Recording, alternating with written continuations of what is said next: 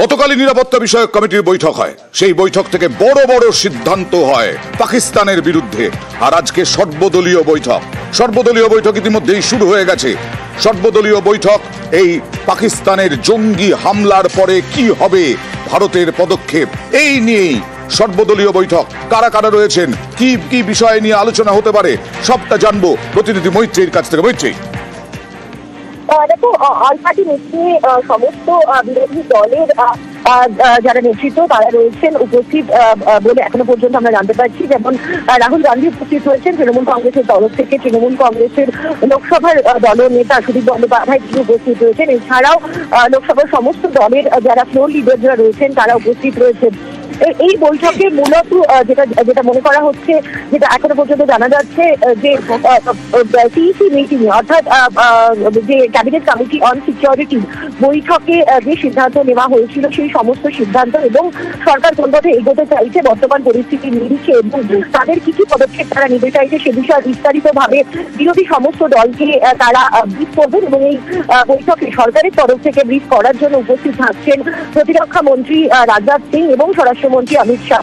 এই বৈঠকে যোগ দেওয়ার আগেই কিন্তু খুব তাৎপর্যপূর্ণভাবে অমিত শাহ তিনি উপস্থিত হয়েছিলেন রাষ্ট্রপতির কাছে এবং রাষ্ট্রপতির কাছে তিনি দেখা করেছেন। ফলে এই অল পার্টি মিটিং কোথাও একটা যে কিন্তু সরকারের তরফ থেকে যে কড়া পদক্ষেপ নেওয়া হবে তার ইঙ্গিত দেওয়ার জন্যই বিরোধীদেরকে ডাকা হয়েছে এবং বিরোধীরা যাতে এই বিষয়ে একমত হন, সহমত হন, সেই কনসাইন্স পাওয়ার জন্যই কিন্তু বৈঠক করা হচ্ছে। সুদীপ বন্দ্যোপাধ্যায় তৃণমূলের পক্ষ থেকে রয়েছেন এই সর্বদলীয় বৈঠকে। তিনি কি বললেন দেখুন। ইন্টেলিজেন্স ফেলিয়ার, সেখানে কেন নিরাপত্তা রক্ষী থাকলো না, সারা কাশ্মীর ঘিরে বলছে নিরাপত্তা রক্ষীরা ছেড়ে রেখেছে। পহেলগাঁওয়ের মতো জায়গাতে এত বড় দুর্ঘটনা, এগুলো সরকারের ব্যর্থতা তো বলতেই হবে। বারবার দেখাচ্ছিলাম বৈসারণের ছবি দুপুর থেকে। বৈসারণ ওখানেই স্বর্গ, সেই স্বর্গকে নরক করেছে জঙ্গিরা। আর এখন কাশ্মীর নাম শুনলেই আতঙ্কে কাঁপছেন, ভয়ে কাঁপছেন মানুষ। আতঙ্ক ছড়িয়ে পড়েছে ওখানকার মানুষের মধ্যেও। হোটেল ছাড়তে শুরু করেছেন কর্মীরাও। हमारे पास तो फुल था उस वक्त। फुल था? हाँ। कितने रूम्स है आपके यहाँ पे? 16 रूम में फुल था। और अभी क्या हालत है? अभी तो खाली है सब। बहुत भीड़ रहता था, बहुत भीड़ रहता था। अब तो हमारे रोजी रोटी पे लात मार गए सब।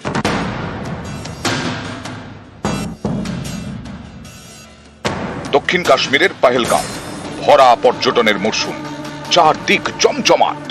এরই মাঝে মঙ্গলবার ঝরে রক্ত।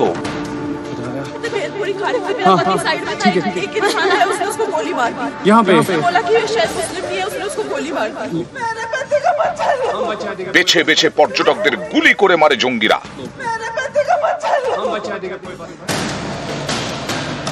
এই ঘটনায় সব ওলট পালট, চারিদিকে আতঙ্ক, ভূস্বর্গ যেন নরক। পর্যটকরা এখন পহেলগাঁও ছেড়ে বাড়ি ফিরতে পারলে বাঁচেন। মূল টাউন পহেলগাঁওয়ে, সেখানে আমরা দাঁড়িয়ে রয়েছি এবং সেই জায়গায় যেখানে মানুষের আওয়াজ, পর্যটকদের আওয়াজ গমগম করতো, সকাল থেকেই ভিড় দেখা যেত, সেটি এখন ভুতুরে শহরের মতো হয়ে রয়েছে। হোটেলের পর হোটেল বন্ধ, হোটেল কর্মীরা তারা বাইরে দাঁড়িয়ে রয়েছেন। सारे टूरिस्ट कहाँ पे है? वो निकल गए? क्या है?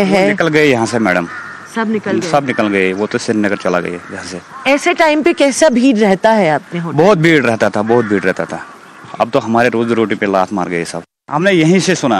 अच्छा। बैसरन में फायरिंग हो गई, ऐसी भगदड़ मच गई, फिर सब होटल बंद हो गया, मार्केट भी बंद हो गया। 18 साल से यहाँ ग्रीनलैंड में काम करता हूँ, तब मैं छोटा था। 18 साल से काम कर रहे, इतना शांत कभी देखा है? नहीं देखा कभी। 18 सालों में कभी नहीं देखा मैंने ऐसा। কাশ্মীরের অর্থনীতির বড় ভরসা পর্যটন। জঙ্গি হামলার জেরে সেই পর্যটনেই জোর ধাক্কা। জঙ্গিরা পর্যটকদের মারল হাতে, আর কাশ্মীরের পর্যটনের সঙ্গে যারা জড়িত তাদের মারল ভাতে। वो लोग हमारे मेहमान है, हमारा रोजी रोटी उन पे चलते थे। क्या हमने जो वहाँ पे देखा है, हमने उनको बोलो घबराने की कोई जरूरत नहीं है। लोकल लोग आए हैं वहाँ पे, बहुत सारे लोगों को हमने घोड़े पे बैठाया है, जो चल नहीं पाया उनको हमने कंधे पे उठाया, और बहुत सारे लोगों को हमने पानी भी पिलवाया है। फिर हमने उनको कंधे पे लेके यहाँ पे हॉस्पिटल तक पहुँचाया है। करोड़ों में क्या साहब, अरबों में नुकसान हुआ, क्योंकि यहाँ की माहियत जो है वो टूरिस्ट पर ही थी। सब चाहे गाँव हो, शहर हो, कोई भी जगह हो, टूरिस्ट पर ही चलता था। यहाँ की ऐसी आमदनी नहीं है कि यहाँ लोग मुलाजिम हैं। यहाँ कम से कम 100 में से 40% मुलाजिम हैं, बाकी सब इस टूरिज्म पर मुफहम करते थे। হোটেল ফাঁকা, কেউ নেই, সবাই পহেলগাঁও ছেড়ে চলে গেছেন আতঙ্কে। হোটেল কর্মীরাও থাকছেন না, সকলেই বাড়িমুখো। क्यों जा रहे हैं आप लोग, क्यों यहाँ से निकल के जा रहे हैं? ऐसे काम बंद हो गया इधर। काम बंद हो गया। कितने लोग आप लोग यहाँ पे काम करते थे, जितने लोग यहाँ से जा रहे हैं? 26 या 30 के आसपास थे। शायद टाइम लग सकता है इधर इसको खोलने में, माहौल भी ठीक नहीं है ना इधर को। कितने सालों से काम करते थे आप यहाँ पे? हो गए 5-6 साल। টুরিস্টরা এর আগেই ছেড়েছিলেন পেহেলগাঁও, আর এবার যারা হোটেল কর্মীরা তারাও ছেড়ে দিচ্ছেন পেহেলগাঁও। এই হচ্ছে পেহেলগাঁওয়ের এই মুহূর্তের ছবি। ক্যামেরা পার্সন আপু পাঠকের সঙ্গে মৈত্রী ভট্টাচার্য, নিউজ 18 বাংলা, পেহেলগাঁও। কাশ্মীরে গেলে একবার বৈসারানে যেতেই হবে, কারণ বৈসারান মানুষের কাছে, পর্যটকদের কাছে মিনি সুইজারল্যান্ড। আর সেই মিনি সুইজারল্যান্ডেই একেবারে নারকীয় হত্যালীলা চালালো জঙ্গিরা। যে স্বর্গ ওখানে, ভূস্বর্গ ছাড়াও আরও একটা স্বর্গ বৈসারানে, সেই বৈসারান শোকে পাথর এখন।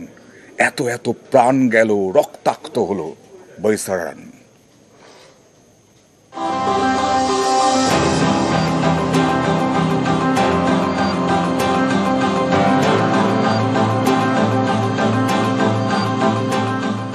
পাহাড়, জঙ্গল আর পাহাড়ি নদী, সবুজে ঘেরা উপত্যকা, মনে হবে ইউরোপের কোনো দেশ, কিন্তু তা নয়। এটা ভারত, দক্ষিণ কাশ্মীরের বৈশারান। এর সৌন্দর্যে মুগ্ধ হয়ে অনেকেই বলেন মিনি সুইজারল্যান্ড। এই মিনি সুইজারল্যান্ডই রক্তাক্ত হয় মঙ্গলবার।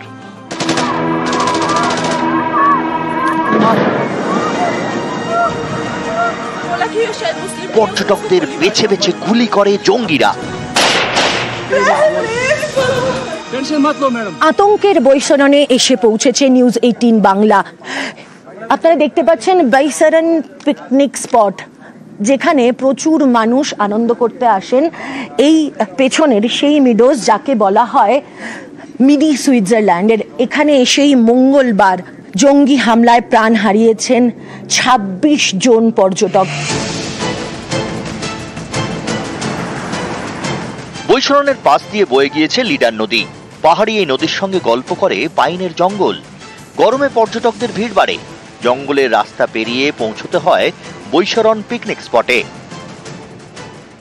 গাড়ি চলার রাস্তা তো নেই, সাধারণ মানুষের হাঁটার পথও এইরকম দুর্গম। বৈশারণ যাওয়ার জন্য এই রাস্তা পেরিয়েই পর্যটকরা ছুটে যান সেখানকার যে নৈসর্গিক পরিস্থিতি রয়েছে তা দেখার জন্য। মঙ্গলবার এইসব পাথর পেরিয়েই পিকনিক স্পটে যান পর্যটকরা। সেখানে আচমকা জঙ্গি হানা। ये देखा लो, पब्लिक दौड़ रही थी, पहले हमें पता ही नहीं चला ये क्या हो गया, क्या मामला हो गया। टूरिस्ट निकल गए, इनकाउंटर चल रहा है उधर, सब ये कह रहे दौड़ो, भागो भागो, जान बचाओ जान बचाओ। कोई नंगे पाँव था, किसी के पाँव में जूता था, किसी का जूता ही नहीं था, किसी का क्या था, कोई बच्चे उठाए हुए थे, कोई दौड़ रहे थे।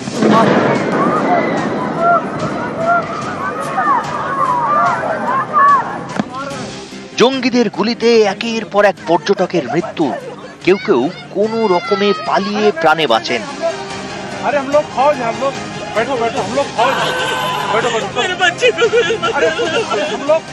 হামলা ঘটেছিল তখন এই রাস্তা দিয়েই সমস্ত পর্যটকদের পালিয়ে আসতে হয়েছিল। ফলে বুঝতে পারছেন যে তাদের জন্য কতটা ডিফিকাল্ট হয়েছিল এই রাস্তা দিয়ে চলে আসা, যেখানে রাস্তায় জায়গায় জায়গায় পাথর পড়ে রয়েছে, বোল্ডার পড়ে রয়েছে, এবং যেখানে চলার পথও যথেষ্ট বিপদসংকুল।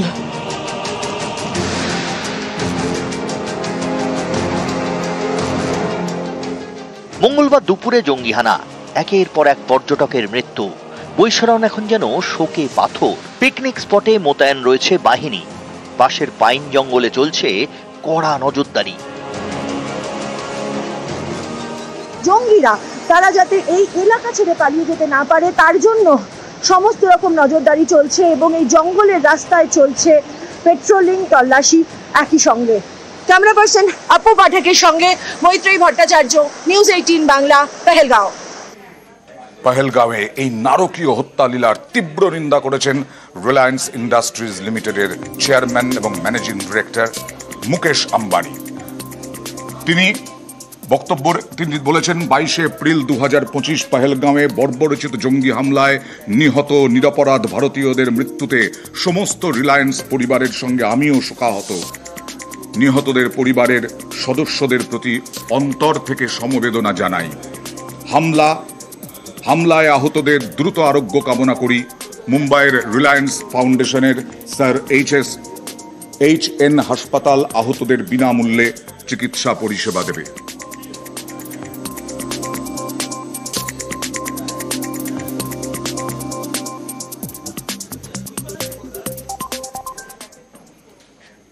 মোদির করা বার্তার পরেই মিসাইল টেস্ট ভারতের। মিসাইল টেস্ট করলো ভারত। গতকাল কড়া পদক্ষেপ এবং তারপরে আজকে মিসাইল টেস্ট ভারতের। আরব সাগরে মিসাইল টেস্ট ভারতের। বিহারে সভা থেকে কড়া বার্তা, অ্যাকশনে ভারত।